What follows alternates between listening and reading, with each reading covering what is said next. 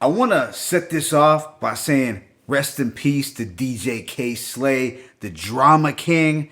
And after re-listening to some of his mixtapes the last couple of days, I wanted to do a video on Mixtape DJs and talk about who I feel belongs on the Mount Rushmore of Mixtape DJs. I know there's a lot of talk about the Mount Rushmore of MCs and the Mount Rushmore of producers, but today I want to strictly talk about the Mount Rushmore of Mixtape DJs. So mixtapes have always been an integral part of hip hop since the jump, really. But in the 90s, that's when mixtapes really rose to prominence. I mean, that's at least when I started to buy them. Before DatPiff, streaming services, and social media, you had to get mixtapes if you really wanted to be tapped into what was hot and what was popping. The mixtape gave you access to exclusive songs, freestyles, and it just connected the listener to more of a street experience rather than just buying albums in the record store. And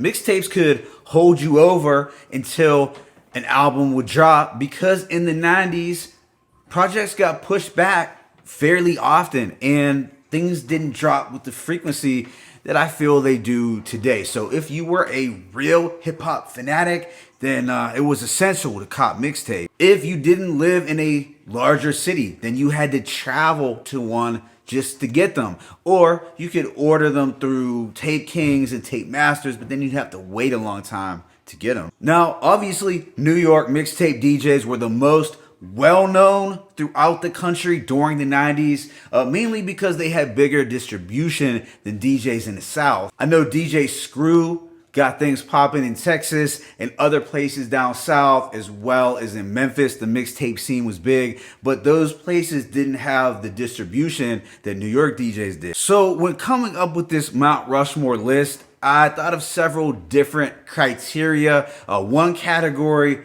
was for the exclusives. Who was the best and most influential in bringing you the exclusive? Another was based on actual DJ skill set. Who was the nicest in terms of scratching and blending? And then I also factored in things like longevity, impact, and regional significance. So the first person I'll start with is DJ Clue, the question mark man coming out of Queens. DJ Clue was the guy you would go to for the exclusives, the brand new fire that was released months before an artist's album drop. You could also count on DJ Clue to bless you with exclusive freestyles.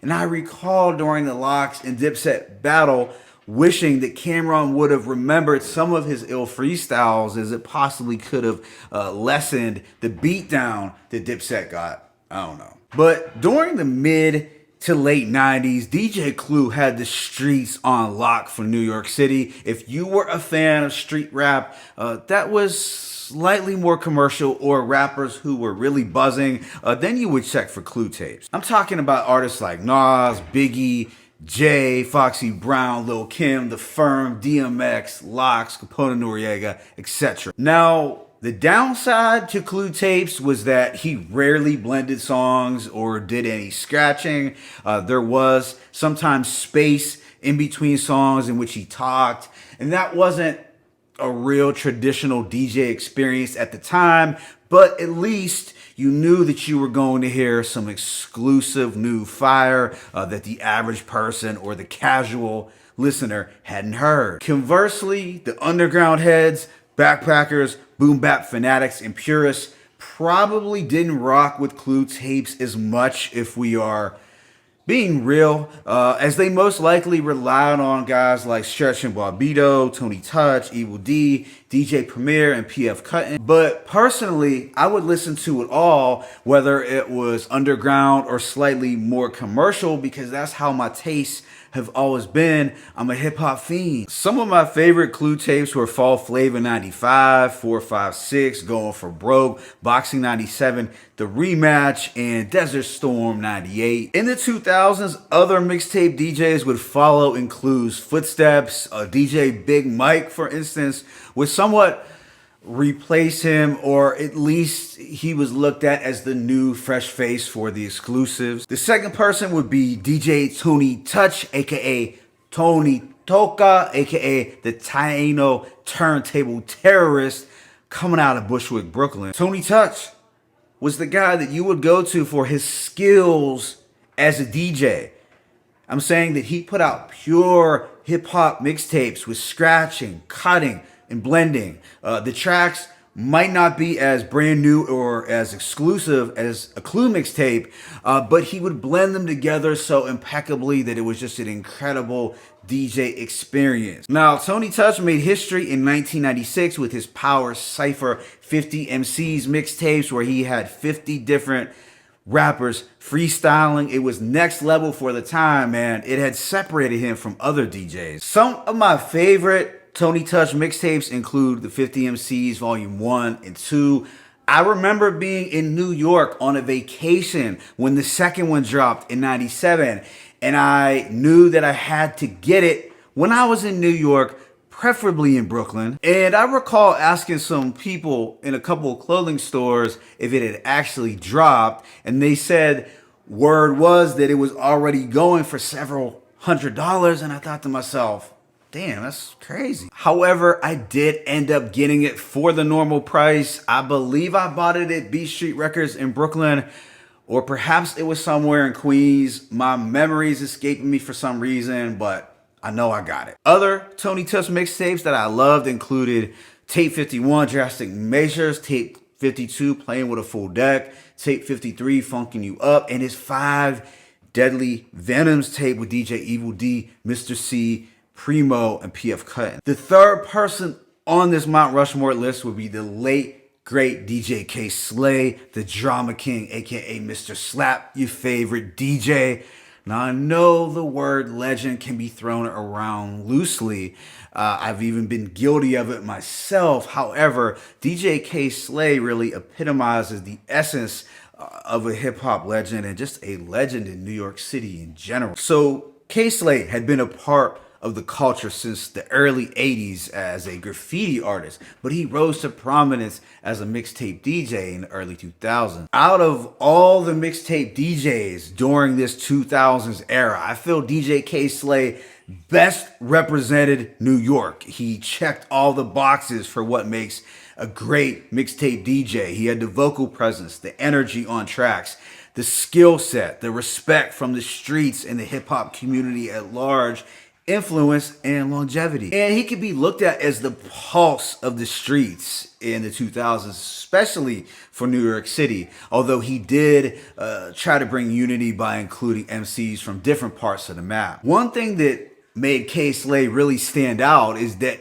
his mixtapes were often very artist-centered, and that he would make a whole mixtape devoted to one artist.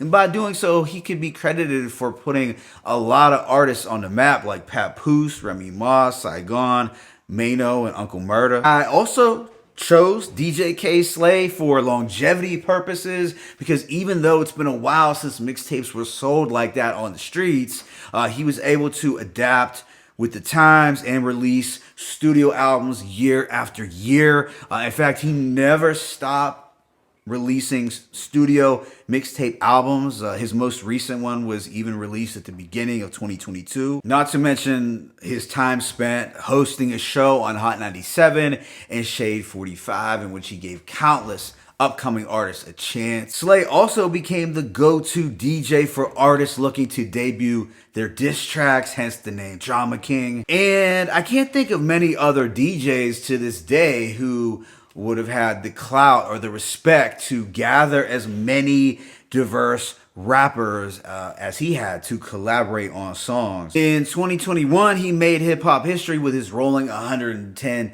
Deep song, which featured 110 rappers from different eras and regions, all spitting their hearts out. Some of my favorite K Slay mixtapes would have to include Diplomats Volume 1 through 5, his Street Sweepers Volume 1 debut album, On My New York Shit with Green Lantern, and The Return of the Jada. And lastly, on this Mount Rushmore list would be DJ Drama, aka Barack O'Drama, repping ATL. Now, whether or not you love Southern hip hop or trap music, the fact remains that DJ Drama is a staple in the culture, and he's someone who changed the mixtape game during the 2000s. The man had the South on lock during this time with his iconic Gangsta Grill series, in which there are over 150 of them. DJ Drama's mixtapes helped to further the careers of artists like Lil Wayne and T.I. He also helped to build the anticipation for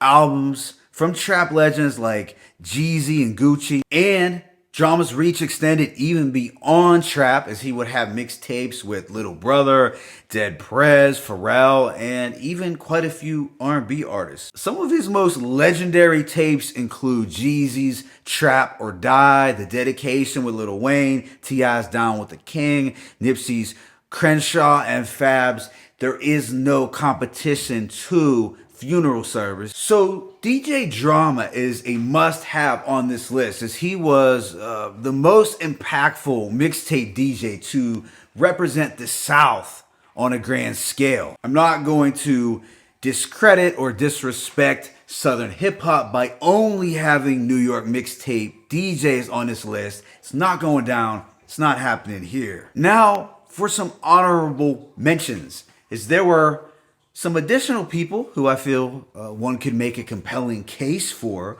DJ Doo-Wop, the Bounce Master.